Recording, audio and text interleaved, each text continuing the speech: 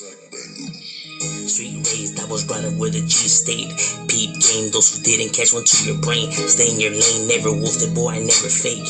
Watch them break, watch them fall, still I remain. Never change, never try to come and rearrange. Never hate, never tripping on somebody's plate. That shit is lame, leave that type of shit for the dames. The streets don't play, they'll catch up, watch your life as capes. One game, homie, that you shouldn't play. There's real soldiers in the streets gunning every day. This shit is normal in the vital part of every day. It ain't great, but I'm loyal, so I'll never change. I keep repeating, but I mean it, never lose your way. Heed the warning and the missing just for talking brave. Fuck my enemies, two faces and all the snakes. Now for this matter, just name the time and name the place. We'll get it active, fuck the gap, and I mean face to face. Real gangsters never fold, then we never shake. I was brought up to be ruthless and that never change. I was brought up to be ruthless and that never M.O.D Entertainment presents. This right here is Los Angeles, home of the Dodgers, home of the Lakers, home of big city high life living, and also home to a lot of gangs from every kind of gang. Cribs, Bloods, Essays, you know. Los Angeles, no secret, it being a gang capital, where most gangs originated from. You know, it's gangbanging has been the culture here in Los Angeles since the 1800s. You know, with constant chaos. At one point, you know, it had the highest murder rate in the whole United States. It be cracking in LA. And this is also home to Demar DeRozan. Demar DeRozan is obviously a famous NBA player, all-star in his own right. You know, he's legit, you know what I mean? People obviously know him when he's playing for the Raptors, then, you know, for the Spurs, and now playing for Chicago, where he's averaged more than about 23 points a game. He's a phenomenal shooter, you know what I mean? Yes, his game does have glitches and flaws in it, but I mean, whose game doesn't, you know what I'm saying? He's still an all-star caliber player, nonetheless. And this is his home as well. He comes out of Los Angeles. He comes out of the area known as Compton. Compton, you know, very familiar, you know, obviously, for all the rappers that have put it on the map. You know, people know about Compton, you know what I'm saying? You have to live under a rock if you don't know about Compton. And Compton being home to the Cribs. Very populated with Cribs. You know, they run loose. And obviously, Cribs being one of the most notorious neighborhoods, you know, throughout the United States. You know, they're spread all over. Even though they're individual gangs, all united together, they're said to be more than 60,000 members of the Cribs. And Demar DeRozan was affiliated with the Compton Cribs. The Compton Cribs was the set that he claimed.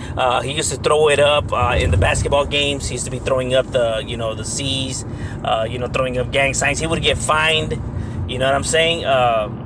I think his nickname was Debo. Out in the streets, he'll be, you know, chain snatching, and you know what I mean, like, you know, earning his stripes.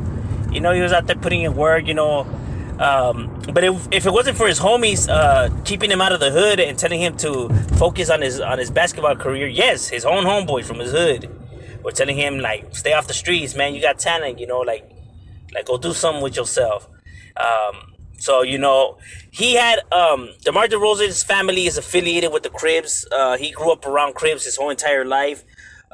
You know, it's all he known, you know, that's where his family's from. A few of his family members have gotten murdered right there in his house, due to gang-related incidents.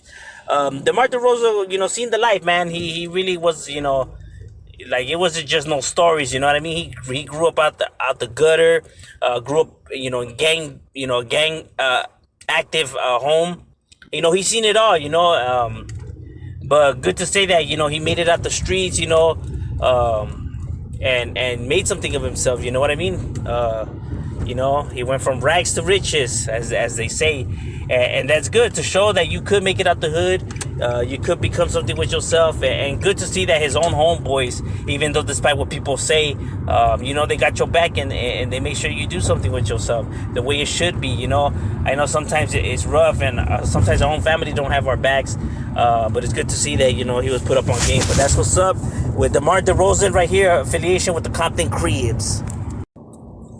And right here we have Davares Craft. Davares Craft played 3 seasons in the NBA. He got drafted by the Lakers and then finished his season with the Wizards.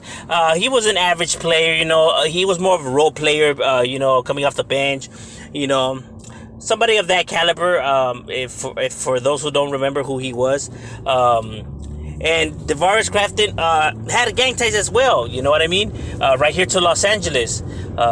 He was affiliated with the Manfield Gangster Crips. So that was the set where, he was from. Manfield Gangster Crips is a well-known Crip set right here.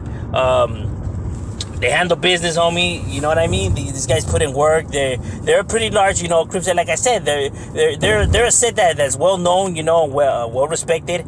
They do their thing, keeping it active and all of that. And so this was a set where he was from. And unfortunately, for homie Davares, the street life just consumed him. The drugs, the always getting caught up with the law, you know what I'm saying? Even since younger juvenile halls and all of that, so he was a knucklehead, you know what I'm saying? And even a few incidents in the NBA that went down, where he pulled out a strap on Gilbert Arenas. That was that incident, where he pulled out a strap on him. I'm pretty sure people have heard of that incident. So homie was a fool, you know what I'm saying? Homie was no chump, dog, you know what I mean? He was, he wasn't going to let no one try to step on his toes. The man was about his work, you know what I'm saying? And unfortunately, sad to say, right now, he is serving a 23-year sentence. They gave him 23 years for murder. But he took the plea and he's doing his time, 23 years. So he's pretty much washed up already. It's sad, he made it to the NBA, achieved the status that, a lot of people could only dream of, and just to throw it all away, that's when I say, think it through, make better choices in life, and really think about your cards, because, you could either, earn big bucks playing a sport that people could only dream about playing, or you could just throw it all away and end up doing life in prison. The choice is really yours. I don't know about you guys, but I'd rather take the NBA route than doing the time. But I'm just saying, it's unfortunately how his life turned out.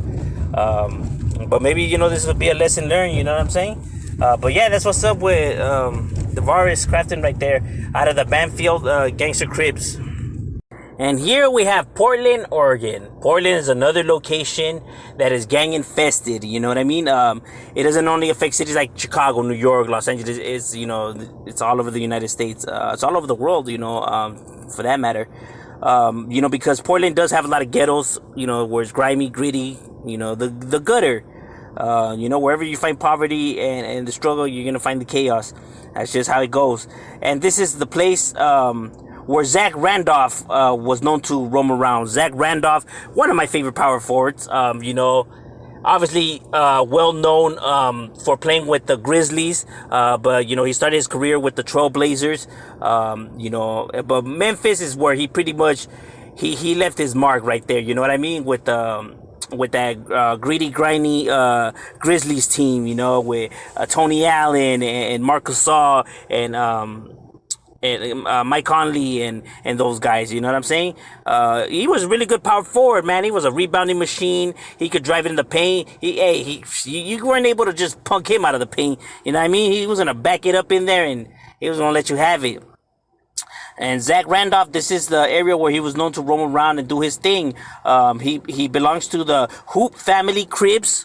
You know what I mean? Hoop Family Cribs, a very notorious set right here within Portland. And Zach Randolph, as a youngster, man, he did a lot of juvenile time, for stolen guns and fights and all kinds of shit for robbery. He has a lot of robbery cases on his stuff, man. The guy was a nut. You know what I mean? The guy was actually out there doing stuff. He's not just some guy that was just claiming the title. Nah, homie he got sent to juvenile hall multiple times. As a matter of fact, while he was in the NBA, he got arrested several times in the NBA, possession of stolen firearms and fights. And the homie was just a fool. You know what I'm saying? That's just how he grew up. He grew up, out the trenches, and he only knew, like, if somebody just comes pressing on you, I mean, you got to do what you got to do. And like I said, he did belong to the Hoop Family Crips. Very notorious set right here, large, well known, create a lot of havoc and chaos, known for shooting at officers. Man, it's going down. You know what I'm saying? These guys ain't playing. And this is the neighborhood in which Zach Randolph belonged to, you know what I mean? But luckily, he managed to, switch his life around. He managed to get it together later on in his life, but nonetheless, he still got it together, managed to, keep himself out of jail and go on to fulfill a really good NBA career, in my opinion. You know what I mean? He was no all-star, but he was like right there. You know what I'm saying? Like, as power forward, I'm pretty sure anybody would have wanted to hit him on their team. Because he was good. You know what I'm saying? He was a real deal. But that's what's up with Zach Randolph, and the neighborhood which he's from. And this is home to Stephen Jackson. Jackson, obviously, a well-known NBA player who played for several teams. You know what I'm saying? He's been around. He's been to the New Jersey Nets. He was from the San Antonio Spurs, the Atlanta Hawks, Pacers, the Warriors, the Bobcats, the Bucks, the Spurs, the Clippers, and now he plays for the Big Three. So he's well known, you know what I'm saying? And Jackson has had ties to the Bloods since the age of 9 years old, and he has openly talked about this, you know what I'm saying? Especially he has gotten a lot of fines, even when in the NBA, for throwing up gang signs, for going with red bandanas, for getting an altercation with fans because of the colors. He was a fool. Since 9 years old he's been affiliated. He himself has said, all my friends are a part of this. It's all I ever known. It's who I am. Those statements, made by him. And at the age of 25, his brother died, was beaten to death, due to, gang disputes. He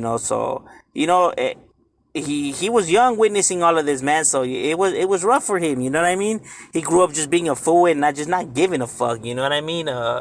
Getting into crimes and all kinds of shit. But luckily, he had a talent on the court. Homies, put him up on game, tell him, just, go do your thing, pretty much kept them out of trouble, try to keep him out of trouble as much as possible. And, homie built up his career, he was a high school star, you know what I'm saying? Cause he was born with a gift. You know what I mean? So he actually made something of himself, and even though he had his, he still had his, incidents here and there, even when he belonged in the NBA, nonetheless, he managed to get himself together, you know what I'm saying? But yes, he was a member of the Bloods, and the Bloods being, nationwide, very, a gang that's well known, you know what I mean? They're spread out all over the place, they're just as lethal as the Cribs and the Sureños, the Norteños, you get what I'm saying? The Bloods have, they have numbers on their side as well, even though they're not as old as the Crips. I mean, don't get it twisted. The Bloods will handle their business. And this is a set in which, Stephen Jackson, will represent and put it down for. But that's what's up with Jackson right there.